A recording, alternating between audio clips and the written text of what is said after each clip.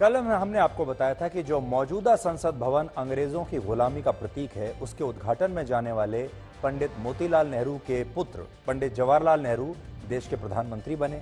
उनकी बेटी इंदिरा गांधी भी प्रधानमंत्री बनी, फिर उनके पुत्र राजीव गांधी भी प्रधानमंत्री बने और आज राजीव गांधी के पुत्र राहुल गांधी अगला प्रधानमंत्री बनना चाहते हैं और वो नए संसद भवन का विरोध कर रहे हैं। तो कल हमारा जो पॉइंट था आपके सामने वो ये था कि मोतीलाल नेहरू तो अंग्रेजों द्वारा बनाई गई संसद में भी उद्घाटन समारोह में खुशी खुशी हिस्सा लेने के लिए चले गए थे और आज राहुल गांधी की कांग्रेस पार्टी भारत की अपनी संसद भवन में भी नहीं जाना चाहते, वो उसका भी बहिष्कार करना चाहते हैं। लेकिन क्या आप जानते हैं कि इसी मौजूदा संसद भवन में अंग्रेजों के खिलाफ संघर्ष करते हुए बम फेंकने वाले असली क्रांतिकारियों का क्या हुआ?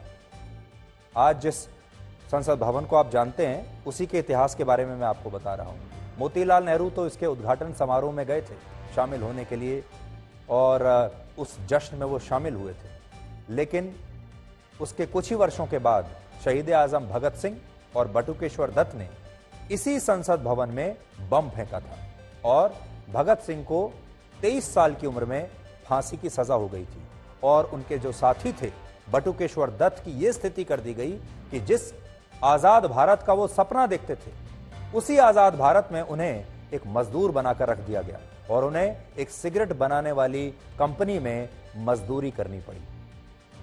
आज वर्ष 1964 और 65 की कुछ तस्वीरें हमने आपके लिए निकाली हैं, जब बटुकेश्वर दत्त दिल्ली के एम्स अस्पताल में अपनी आखिरी सांसें गिन रहे थे और इस दौरान शहीद आजम भगत सिंह की मां विद्यावती देवी उनसे मिलने के लिए अस्पताल आई थी। उसी समय की इन तस्वीरों को आप देखिए।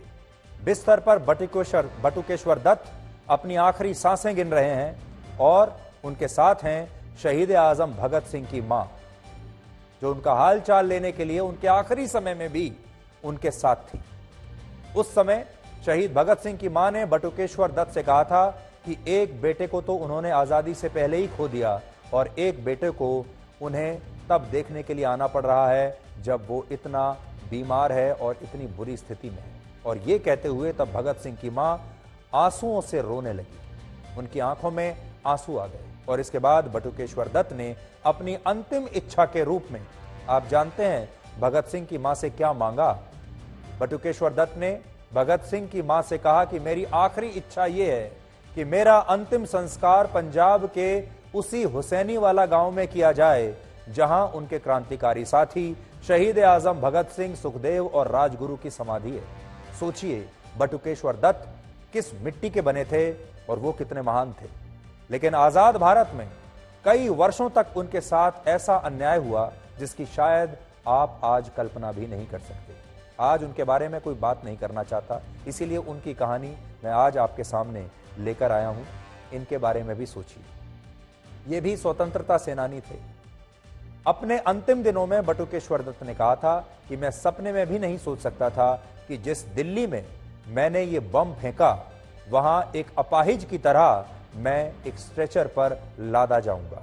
ये बात उन्होंने तब कही जब वो दिल्ली के एम्स अस्पताल में भर्ती थे और ये बात सही है कि इस अस्पताल में उनका इलाज तत्कालीन भारत सरकार द्वारा ही कराया गया था। ये बात सही है, लेकिन आजादी के बाद लगभग 15 वर्षों तक उनके साथ वो अन्याय हुआ जो खुद भी किसी सजा से कम नहीं था। अब जो तस्वीरें आप देखेंगे ये पश्चिम बंगाल के बर्धमान जिले में स्थित उस गांव की हैं जहां बटुकेश्वर दत्त का जन्म हुआ था और उनका घर आज किसी खंडर में तब्दील हो चुका है। आप देखिए, मैं बड़ी स्क्रीन पर आप देखिए, ये बटुकेश्वर दत्त का गांव है।